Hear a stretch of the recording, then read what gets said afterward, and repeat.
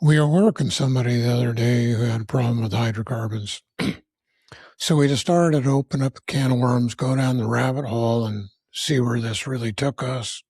Because there's not a whole bunch out there written on what they are, what they do, how they interact, how you deal with them.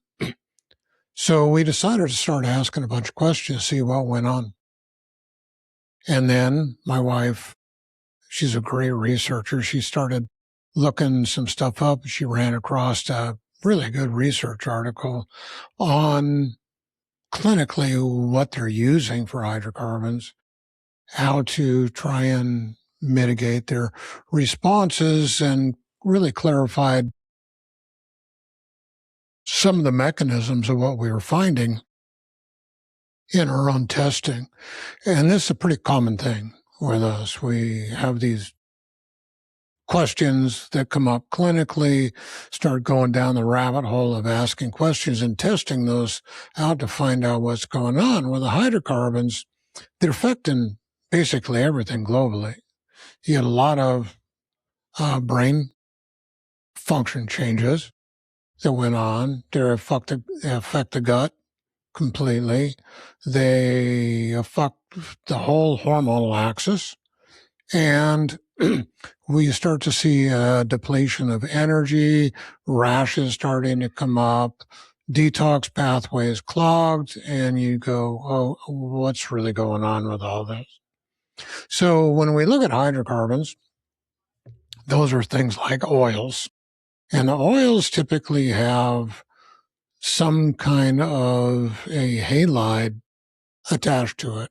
Halides are the most reactive of all of the whole periodic table of elements out there. And in that group, we have fluorine, chlorine, bromine, and iodine. Fluorine by far is the most reactive of all of them. Iodine's the least, and it just goes down the scale on what those are. The fluorine, it'll act like a free radical, and it creates free radicals. It'll run around and just steal electrons. That process is called oxidation, and the fluorine will oxidize something, steal its electron, and move off and drop it quickly just to go do it again. It's just never satisfied. It's highly reactive. And we start looking at changes everywhere. The hydrocarbons, those are typically long chains of carbon with some kind of end on them. When you got a long chain of carbon with a bunch of hydroxyl groups, oxygen with a hydrogen on it coming off, that's a classic oil. And those oils can be short chain, they can be medium chain, they can be really long chain. But commonly they're oils, and the whole gasoline, petroleum industry are hydrocarbons. There's a lot of chemicals made off of those things that are extremely toxic to us, and they'll use those for herbicides and pesticides and building blocks for all kinds of the insanity that goes on in our world today. So people may ignorantly believe that they can use those and they're not going to affect themselves, but that's just not the case.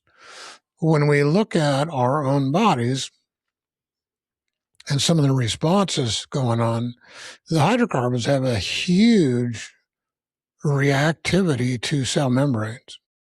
Now, the reason why that's the case, cell membranes are 95% phospholipids. So that means you got a long chain carbon with a bunch of hydroxyl OHs coming off the sides, and the head is a phosphate. And the phosphate head, that'll be on one side of the membrane, and it'll get on the other, and the chains go back and forth, making the thickness of the membrane. The more fish oils that are in that membrane, the more fluid it is. And when it's fluid, more nutrients and waste products and all that can transfer in and out of the membranes fairly well. That also makes them anti-inflammatory if it's fish oils. If it's more, those are omega-3 oils. If they're omega-9 oils, those are more animal oils. Those are solid at room temperature, generally longer chains, no double bonds in them, and those are pro-inflammatory. Omega-6s, those are more seed oils, vegetable oils. Some of those are hyperinflammatory. Some are anti-inflammatory. And recently I was made aware of omega-7 oils, which act quite a bit like the omega-3s. They have some very positive benefits in them. And there's only a few sources of those out there. Borage oil is one of those that's used for that. And it's really good for trying to heal up cell membranes, so the literature says. So when you introduce hydrocarbons into the body, because they're long chain carbons, they can easily be inserted into the cell membranes. And you got the membranes of all the organelles inside are made up the same way. So the hydrocarbons, if they start affecting the cell membranes, you're going to really change the inflammatory state of the cell membrane. You're going to change the function of the cell membrane, and the cell membrane could very well be the source of creating free radicals, which, like fluorine, go and steal electrons and oxidize everything by stealing electrons. And they're as the research article put it, they are chemical sharks. Now, that term is pretty profound and is very, very obvious on what it's talking about. Sharks are not nice fish that you could walk up and pet. They're extremely dangerous, extremely explosive, very strong. Most everybody's heard of the great white sharks and what they do. And it seems the orcas, they like to hunt the great white sharks and eat their livers because they're full of all kinds of nutrients. So when we start to have hydrocarbons incorporated inside of our membranes, it's going to affect whatever that membrane holds. So if that membrane is an outside cell membrane, it's going to affect the transfer of nutrients in and out, the transfer of waste in and out. It's going to affect the reactivity in a huge way of that cell membrane. So one of the things that hydrocarbons have a huge effect on is your mitochondria. Your mitochondria are the powerhouses inside of your cell. And they got a bunch of folds in them, but that's where we make the bulk of our energy. And the making of energy is literally releasing electrons from whatever foods you ate. And that process just keeps going over and over and over again, replenishing itself to generate energy. So if you have a organelle like a mitochondria that's stealing electrons to make energy, and you implant hydrocarbon molecules in the membrane that the mitochondria is made of, don't you think that's going to have a high potential of crippling the mitochondria's function, the ability to take electrons off of whatever food supply you fed it to make energy?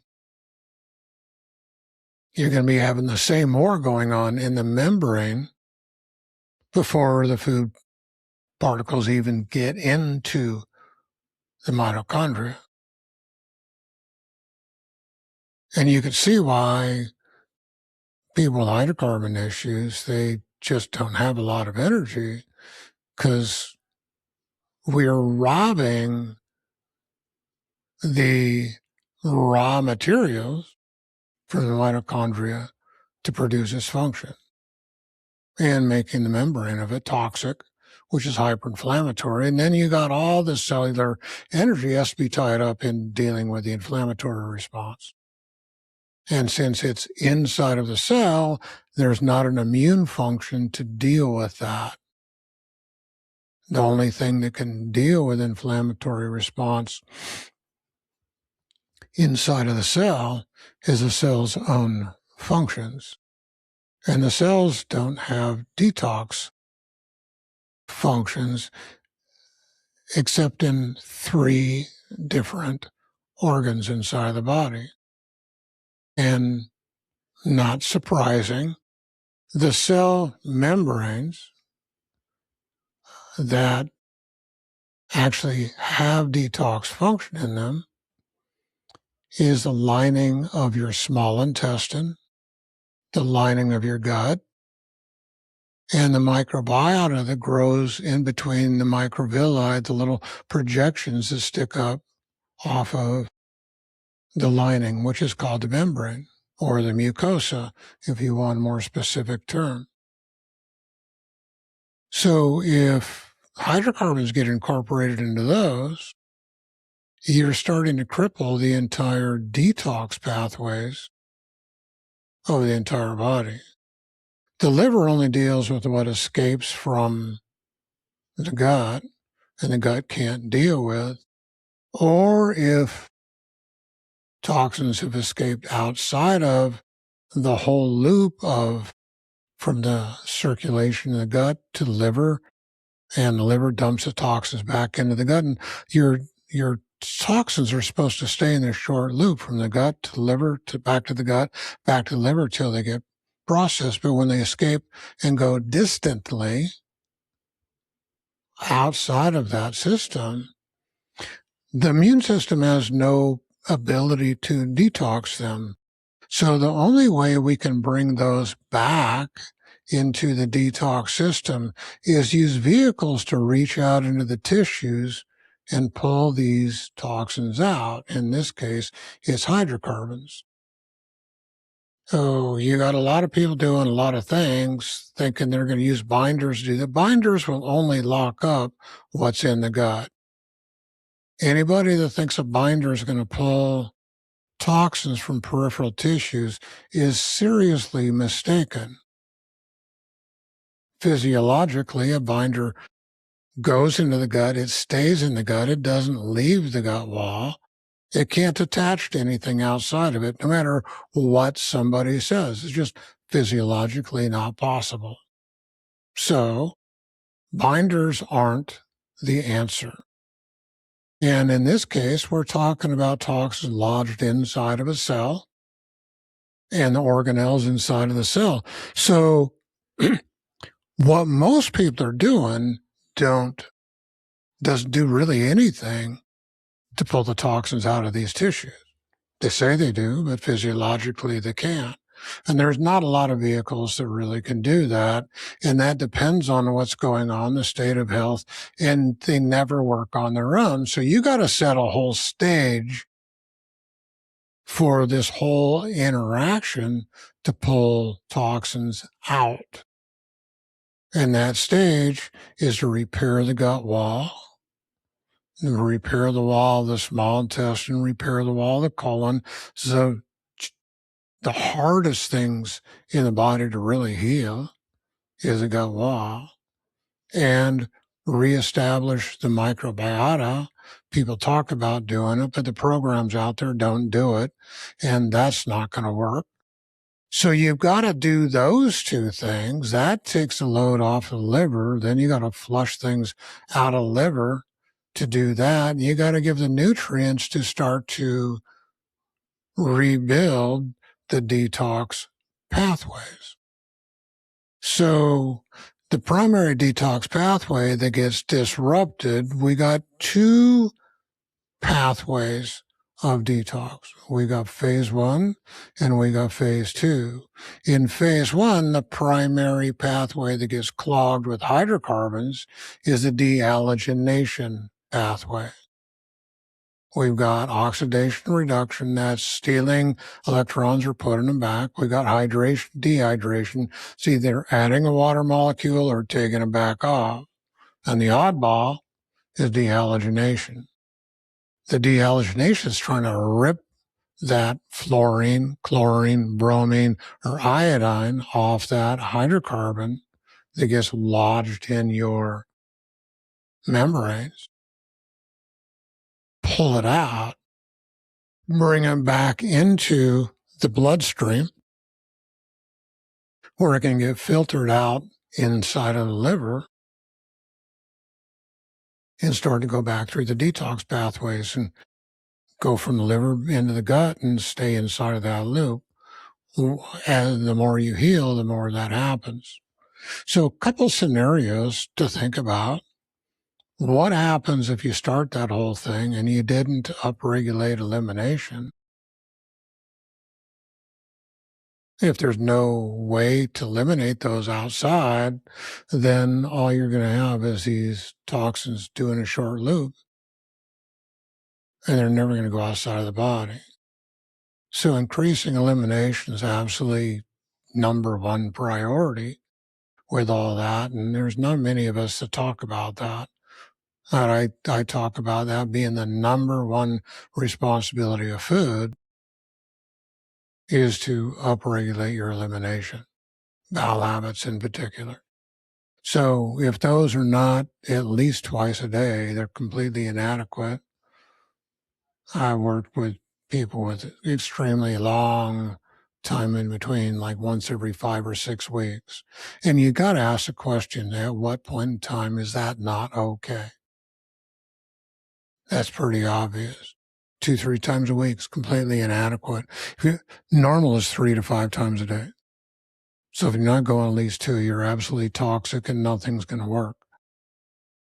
So that's one of the biggest problems. So we've got to do all the nutrients to bring all that back. And those can be as different for one person and another as your fingerprints on your hand. You can't do a generic thing because everybody has their own unique needs. That's called the bio-individuality. So until you figure that out and you start doing the vehicles to pull these out, you got that toxin sitting there impairing all your cell function, your ability to make energy, your ability to clear toxins, and your ability to excrete them. So where's it going to go? People do all these radical cleanses, and that doesn't cut it. It doesn't get him out of there. You really got to deal with this. So the gut's one of the biggest places where that happens because it's one of the primary places where toxins come in. And guess what the hydrocarbons usually are? That's your herbicides and pesticides that are sprayed on all the food that you eat. That might surprise you. Apparently me talking about things like this has really raised a lot of hackles on a lot of people. And, some people make some positive comments, a lot of people negative comments. They have no idea what they're talking about. I'm just talking about basic chemistry, basic physiology. So it's a really, really huge issue. And we start thinking about where those toxins go when they can't process. A hydrocarbon is going to be soluble in fat tissue. All your hormonal organs are at least 50% fat. So they start to take up residence in your hormone-producing organs. What do you think that does to your hormones? And they go sideways, completely sideways. And because they create inflammatory issues, that is a super alarm bell for the adrenal glands. And the adrenal glands start pumping out cortisol and adrenaline, trying to deal with the inflammatory issue, but they can't do that because they don't have a detox function, nor do they have a function to liberate that toxin from the tissue, pull it back into the blood so it can filter out in the liver. They don't have that function. So wherever those hydrocarbons lodge in a cell membrane, The adrenal hormones are going, they're trying to calm it down. It can't do it. That alarms the immune system.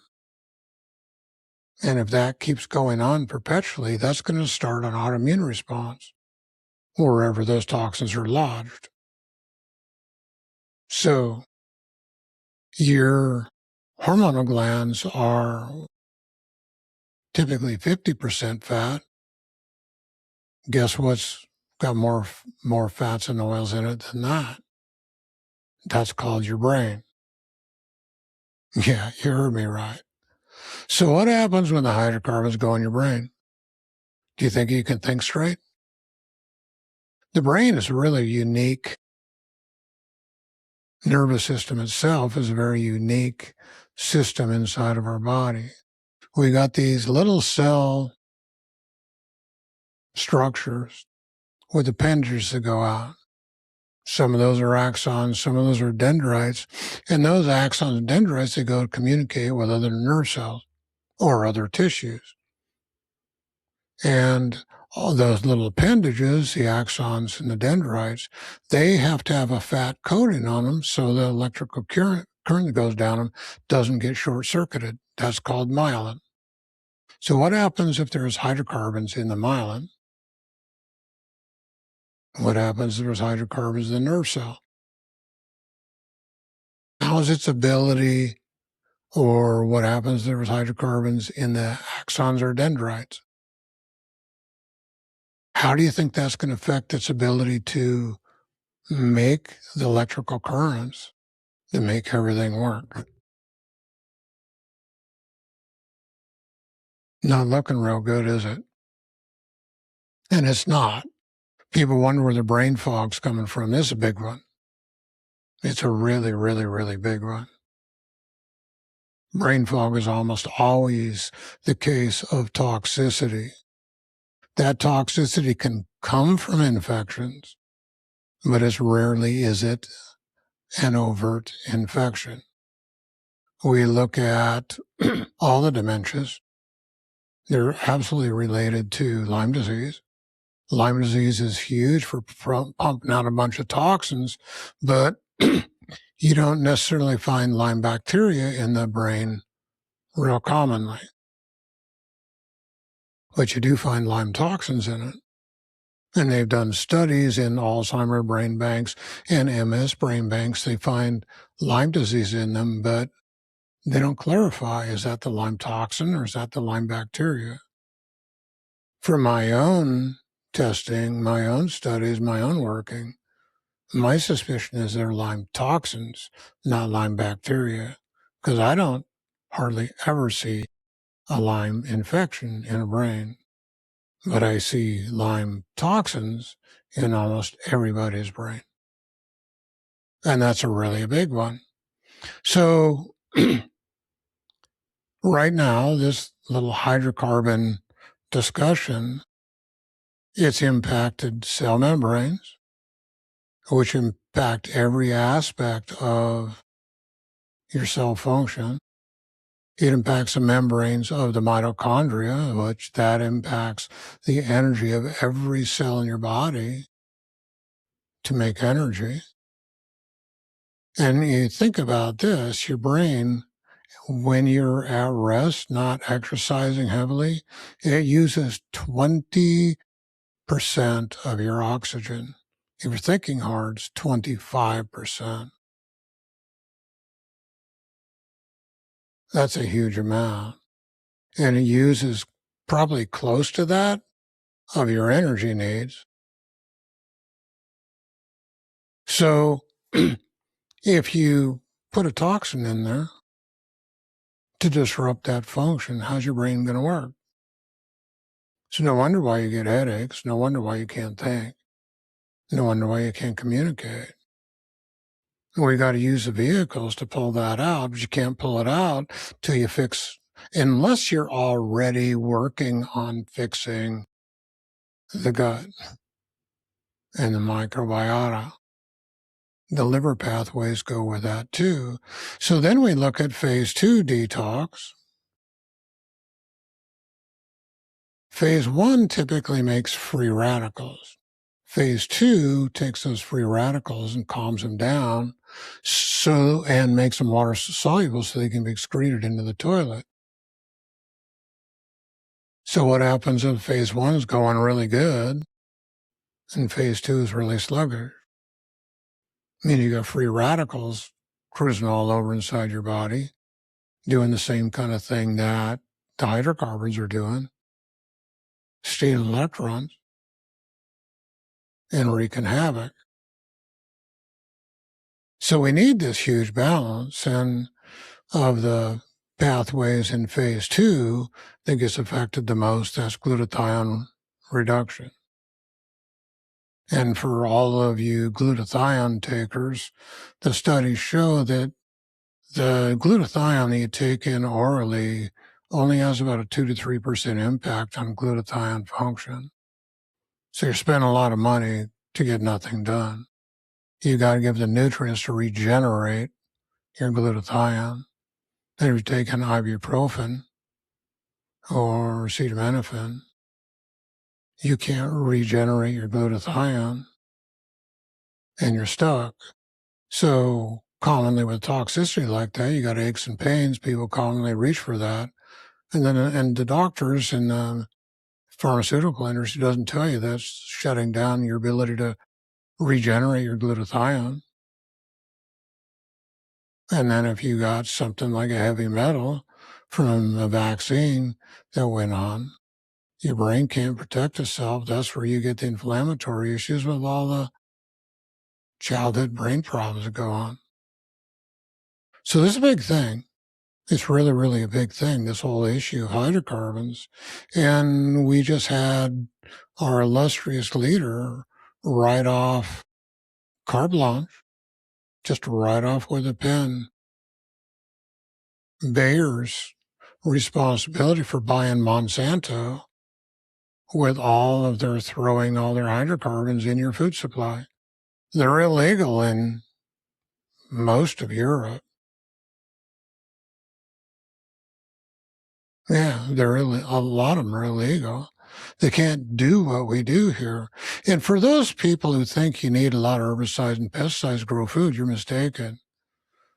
There's a doc from yesteryear by the name of Dr. Kerry Reams. He's a medical doctor trained in another country, so they wouldn't let him practice that over here. So he did all kinds of other creative things. One of those, he got into agriculture, and he proved that the big ag way to do agriculture only produces about 2 to 3% of the potential yield the field will give. If you put the proper nutrients in it, you can make that at least 50%. So think about that. That's anywhere from about 18 to 25 times what big ag's yields are. And then you have clean food. So people think we don't have enough agricultural land to produce it. Yeah, we do. If we just fed the soil right, quit using our chemicals, then you'd have nutritious food and you wouldn't have to worry about things like this. But right now it's a really big thing because nobody's protecting us. FDA doesn't protect us. They just turn their back. They get paid in the back pocket. Pharmaceuticals in bed with the big ag companies making all the chemicals to do that. And the pharmaceutical loves it because that's what keeps you sick and makes you go to the doctor so you buy more of their pills. So if you really want to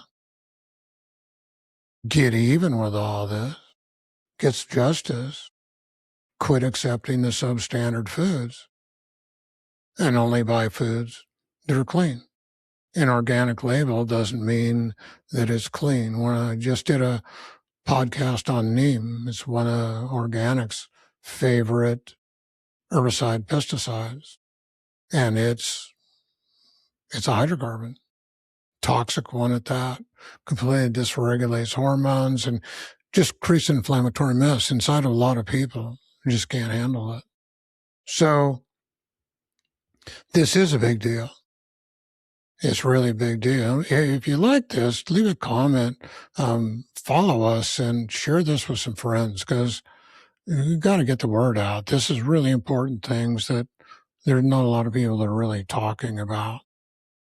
And if you're really interested in trying to deal with things like this, I got a couple of programs. One is a 12-week reset, and those for people that they just need an extra bump to get things working right. For people with real major issues, our functional medicine does that. People getting going for doctor after doctor and not getting any help. That's what that side's for. Lyme disease and all the other crazy things that are out there. We deal with all this stuff in that. So you got a couple links below. You can check on those and find out what you really need, because a program's not going to work. I've been around long enough. You can tell by my white hair. I've been working with this stuff for 40 years. Programs don't work. You need individual care. That's all we do. So you want some help, reach out. We can do that. Thanks. Have a great day. Bye. If you want to learn more about our nutritional program, go to the bio, click on the links, and it'll take you to the 12-week reset. That is the foundation of pretty much everything that we do with everybody. And with that, if you don't have a real difficult case, that can resolve a large part of what's going on with you.